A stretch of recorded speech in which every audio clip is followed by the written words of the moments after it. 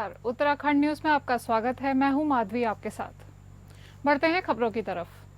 केदारनाथ उपचुनाव के लिए भाजपा ने 40 स्टार प्रचारकों की सूची जारी की है।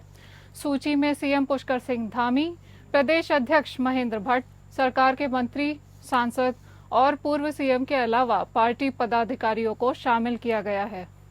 महिला मोर्चा की प्रदेश अध्यक्ष आशा नौटियाल का भी नाम है। आशा केदारनाथ उपचुनाव से टिकट की दावेदारी कर रही हैं। पार्टी के पैनल में उनका नाम सबसे ऊपर है।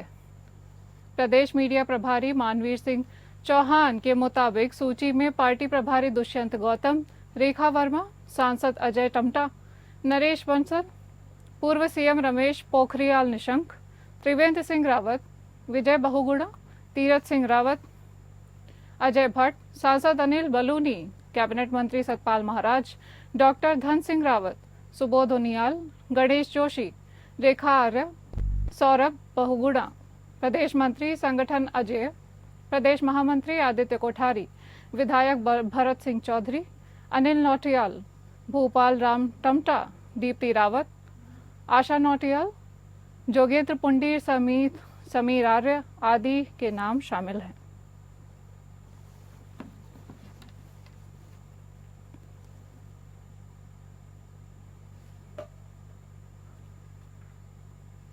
उत्तराखंड के चमोली में पिछले दिनों हुए हिंदू मुस्लिम प्रकरण को लेकर मुस्लिम नेता ओवैसी के द्वारा ट्वीट कर दिए गए बयान की कांग्रेस ने निंदा की है।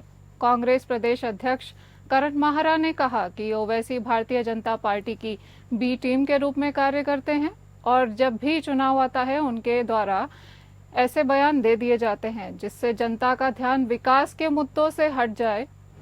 कांग्रेस प्रदेश अध्यक्ष ने कहा कि ओवैसी के इस बयान को कांग्रेस पार्टी गंभीरता से नहीं लेती है, बल्कि सरकार से मांग करती है कि ऐसे व्यक्ति के खिलाफ कड़ी कार्यवाही की जाए।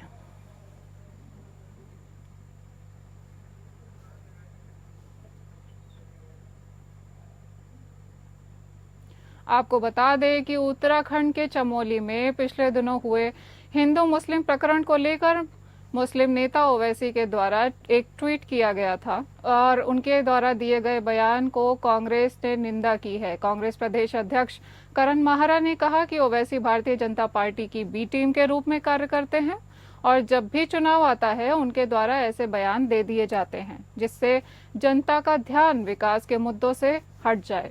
कांग्रेस प्रदेश अध्यक्ष ने कहा कि ओवैसी के इस बयान को कांग्रेस पार्टी गंभीरता से नहीं लेती है, बल्कि सरकार से मांग करती है कि ऐसे व्यक्ति के खिलाफ कार्यवाही की जाए।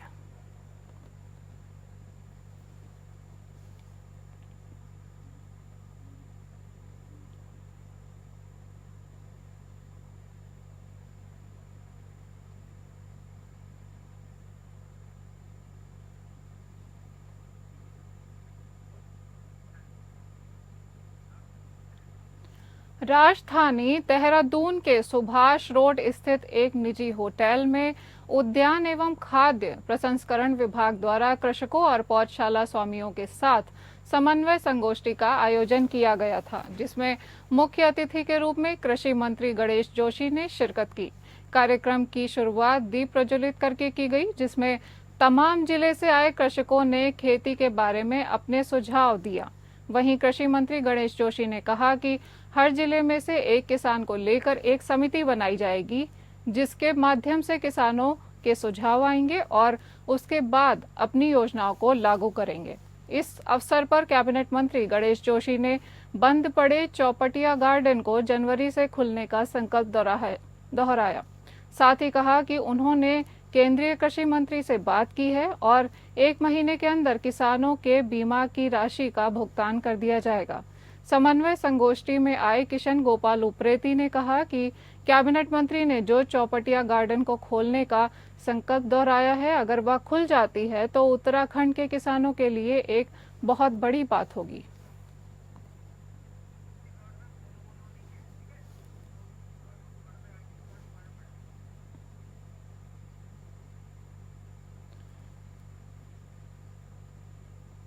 आपको बता दें कि राजधानी देहरादून के सुभाष रोड स्थित एक निजी होटल में उद्यान एवं खाद्य प्रसंस्करण विभाग द्वारा कृषकों और पौधशाला स्वामियों के साथ समन्वय संगोष्ठी का आयोजन किया गया था, जिसमें मुख्य अतिथि के रूप में कृषि मंत्री गणेश जोशी ने शिरकत की थी।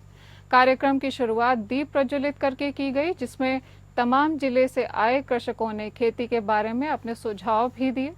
वहीं कृषि मंत्री गणेश जोशी ने कहा कि हर जिले से एक किसान को लेकर एक समिति का गठन किया जाएगा, जिसके माध्यम से किसानों के सुझाव आएंगे और उसके बाद ही वो अपनी योजनाओं को लागू करेंगे। इस अवसर पर कैबिनेट मंत्री गणेश जोशी ने बंद पड़े चौपटिया गार्डन को जनवरी से खुलने का संकल्प दोहराया है। साथ ही कहा कि उन्होंने केंद्रीय कृषि मंत्री से बात की है और 1 महीने के अंदर किसानों के बीमा राशि का भुगतान कर दिया जाएगा। समन्वय संगोष्ठी में आए किशन गोपाल उप्रेती ने भी कहा कि कैबिनेट मंत्री ने जो चौपटिया गार्डन को खोलने का संकल्प दोहराया है, अगर वह खुल जाती है तो उत्तराखंड के किसानों के लिए एक बहुत बड़ी बात होगी।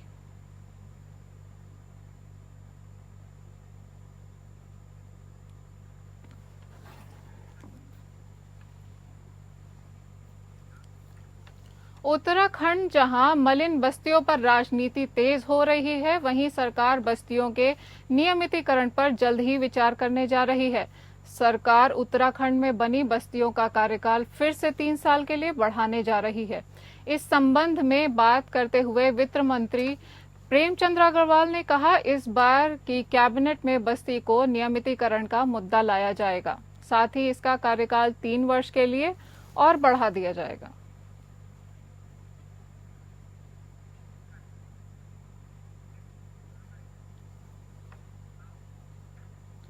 उत्तराखंड में यूसीसी का रास्ता पूरी तरह से साफ हो चुका है।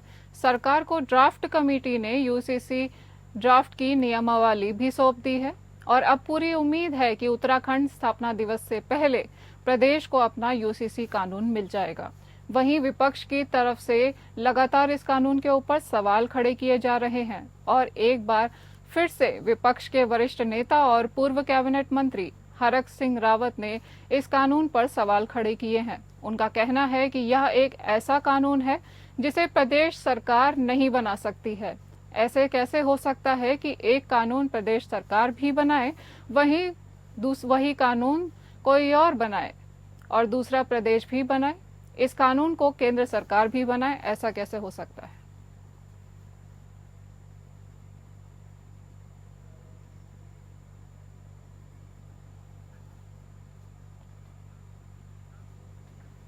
उत्तराखंड में पंचायत चुनाव को लेकर कांग्रेस प्रदेश अध्यक्ष करण माहरा ने कहा, बीजेपी कह रही थी कि पंजाब चुनाव कराने के लिए हम तैयार हैं और हम भी ये उम्मीद लगा रहे थे कि पंचायत चुनाव जल्द ही कार्यालय समाप्त होने के बाद कराया जाएगा, लेकिन बीजेपी के मुंह में खून लग चुका है। अब बीजेपी पंचायत में कार्यकारी एसडीएम को प्रबंधक के तर्ज पर बैठाएगी, फिर उनके द्वारा रेवड़ियां बांटी जाएंगी। अगर प्रदेश अध्यक्ष ने कहा कि बीजेपी प्रशासक को बैठाकर अपने कार्यकर्ता और पदाधिकारी का उल्टा सीधा काम करने का काम करेगी, साथ ही साथ उनके जेब भरने का भी काम करेगी। आपको बता दें कि प्रदेश में पंचायतों का कार्यकाल अगले महीने 27 नवंबर को खत्म हो रहा है, लेकिन इस साल चुनाव नहीं होंगे। वहीं पंचायतों का कार्यकाल भी नहीं बढ़ेगा। मुख्यमंत्री पुष्कर सिंह धामी ने त्रिस्तरीय पंचायतों के चुनाव को लेकर शासन से 20 अक्टूबर तक रिपोर्ट मांगी थी। पंचायत निदेशालय की ओर से शासन को रिपोर्ट भेज दी गई है। प्रदेश में त्रिस्तरीय पंचायतों के चुनाव के लिए विभाग की ओर से हरिद्वार को छोड़कर सभी जिलों में ग्राम, क्षेत्र और जिला पंचायत का परिसीमन किया गया। ग्राम पंचायतों के परिसीमन के बाद ग्राम पंचायतों की संख्या 7,796 से बढ़कर 7,823 हो गई है। विपणन विभाग द्वारा बीते 1 अक्टूबर से किसानों के लिए धान की खरीद शुरू कर दी गई है, लेकिन ऑनलाइन पोर्टल में कुछ कमियां आने की वजह से धान खरीद में दिक्कतों का सामना करना पड़ रहा है, जिस कारण आज क्षेत्र के एक किसान ने विपणन विभाग कार्यालय में आकर धान खरीद को लेकर जसपुर वरिष्ठ विपणन अधिकारी हेमचंद जोशी और अन्य स्टाफ के साथ अभद्र व्यवहार किया और मारपीट की कोशिश भी की। पूरा मामला जसपुर मंडी परिसर का है, जहां किसानों के धान खरीद के लिए विभाग की 3 क्रय केंद्र बनाए गए थे, जिसमें ऑनलाइन पोर्टल में कुछ तकनीकी खराबी के चलते किसानों को कुछ समस्या का सामना करना पड़ रहा था, जिसको लेकर क्षेत्र से एक काश्तकार ने विपणन विभाग कार्यालय में वरिष्ठ विपणन अधिकारी से अभद्र व्यवहार किया। साथ ही विभाग के अन्य कर्मचारियों से भी अभद्र व्यवहार किया। वहीं जसपुर वरिष्ठ विपणन अधिकारी हेमचंद जोशी ने बताया कि एक किसान यहां आए, उन्होंने अपने धान तुलवाए और वेरिफिकेशन के लिए उनके द्वारा खतौनी कम कर दी गई। उनकी खतौनी के हिसाब से लिमिट 29 कुंटल धान खरीद की है, लेकिन ज्यादा धान तुलवाने को लेकर किसान द्वारा धमकी दी गई और हाथ भी उठाया गया। वहीं विभाग के कर्मचारियों की माने तो अपने कार्यों में लगे हुए हैं, जितने भी किसान आ रहे हैं उनकी समस्याओं का समाधान कर रहे हैं। इस संबंध में उच्चाधिकारियों को अवगत कराया गया है। उच्चाधिकारियों के आदेश के बाद आगे की कार्यवाही की जाएगी।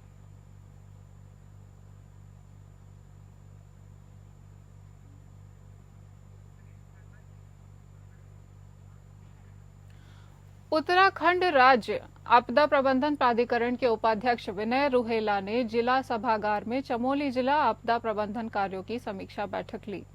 आपदा प्रबंधन से जुड़े कार्यों की प्राथमिकता पर पूर्ण करने के निर्देश भी दिए। उनके द्वारा सिंचाई विभाग, प्रधानमंत्री ग्राम सड़क योजना, लोक निर्माण विभाग, नगर पालिका जोशीमठ में भू धसाव के फलस्वरूप किए जा रहे सुरक्षात्मक कार्यों जैसे सीवरेज, ड्रेनेज, टी इरोजन एवं स्लीप स्टेबलाइजेशन के कार्यों का विस्तार से समीक्षा की गई। इस दौरान उन्होंने जोशीमठ, पीपलकोटी, हल्द्वानी एवं जनपद के अन्य क्षेत्रों में अपना आपदा प्रबंधन कार्यों को विस्तृत समीक्षा करते हुए आपदा प्रबंधन कार्यों में तेजी लाने के निर्देश दिए। वन्य जीवों के साथ मानव संघर्ष को रोकने के लिए प्रभावी उपाय किए जाने के लिए वन विभाग के अधिकारियों को भी निर्देशित किया। संयुक्त मजिस्ट्रेट रानीखेत के नेतृत्व में भूवैज्ञानिकों, चिकित्सकों और लोक निर्माण विभाग के अधिकारियों के साथ अस्पताल का संयुक्त स्थलीय निरीक्षण के उपरांत चिकित्सालय के बंद भाग को खोले जाने के लिए पत्र जारी किया गया है। गोविंद सिंह महारा राजकीय नागरिक चिकित्सालय रानीखेत को भवन के बंद भाग को खोलने जाने को लेकर स्थलीय निरीक्षण किया गया।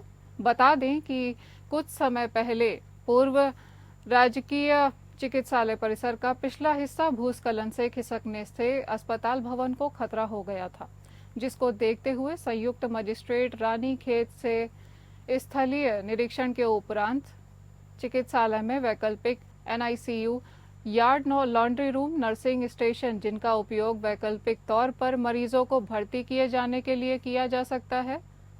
प्रथम तल पर ICU वार्ड को चिकित्सालय की अपरिहार्य आवश्यकता के कारण मरीजों के उपयोग किए जाने के लिए मात्र इस प्रतिबंध के तहत संस्तृत किया जाता है कि भूस्खलन विभाग में किसी भी दशा में शौचालय एवं अन्य किसी स्रोत से प्रवाहित होने वाले जल को भूस्खलन भाग से दूर किया जाने की समुचित व्यवस्था के साथ खोले जाने के लिए निर्देशित किया।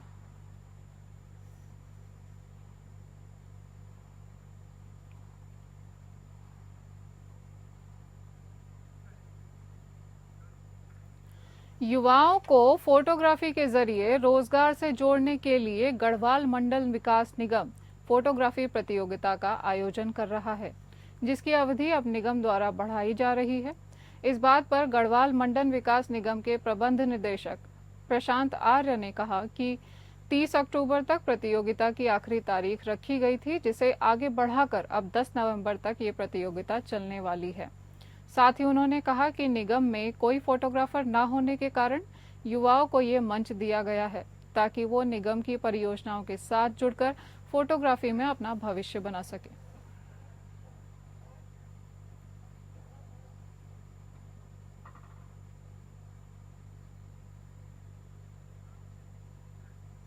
पद्मश्री और अर्जुन पुरस्कार विजेता हॉकी कप्तान GD गोइंका पब्लिक स्कूल में छात्रों को प्रेरित किया। GD Goenka public school Rudrapur में आयोजित 6 दिवसीय एथलेटिक स्पोर्ट्स मीट जेस्टाथन 3.0 में पद्मश्री और अर्जुन पुरस्कार विजेता हॉकी कप्तान जफर इकबाल ने छात्रों को खेल भावना को अपनाने और उत्कृष्टता की दिशा में प्रयास करने के लिए प्रेरित किया।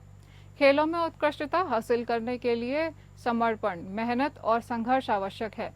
जफर इकबाल ने कहा, मैं छात्रों से आग्रह करता हूं कि वे अपने लक्ष्य को प्राप्त करने के लिए निरंतर प्रयास करें और हार न मानें। इस आयोजन में श्री अतुल गोयल, चेयरमैन, श्री विकास शर्मा, प्रदेश मंत्री भाजपा उत्तराखंड सहित कई गणमान्य अतिथियों ने शिरकत की। श्री विकास शर्मा ने कहा, खेलों का महत्व शिक्षा में भी है, क्योंकि यह अनुशासन, टीम भावना और आत्मविश्वास को बढ़ावा देते हैं। चेयरमैन अतुल गोयल ने कहा, जेस्टेथॉन 3.0 का उद्देश्य छात्रों की प्रतिभा को प्रदर्शित करना है और उन्हें उत्कृष्टता की दिशा में प्रेरित करना है। हमें गर्व है कि हमारे छात्र विभिन्न क्षेत्रों में उत्कृष्टता हासिल कर रहे हैं।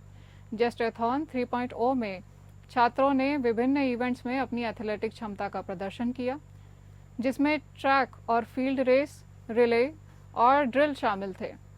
इस मीट ने प्रतिभागियों के बीच स्वस्थ प्रतिस्पर्धा और टीम भावना को बढ़ावा दिया।